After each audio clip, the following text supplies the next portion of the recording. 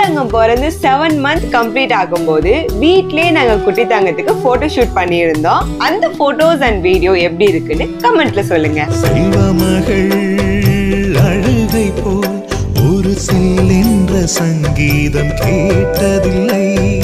பொன்மகளின் புன்னகை போல் யுக பூக்களுக்கு புன்னகைக்க தெரியவில்லை. என் பிள்ளை எட்டு வைத்த நடையை போல எந்த இலக்கண கவிதையும் நடந்ததில்லை. முத்துக்கள் தெரிக்கின்ற மழலை போல ஒரு 300 மொழிகளில் வார்த்தை இல்லை. தந்தைக்கும் தாயமுதம் சுரந்ததம்மா என் தங்கத்தை மார்போடு அணைக்கையில்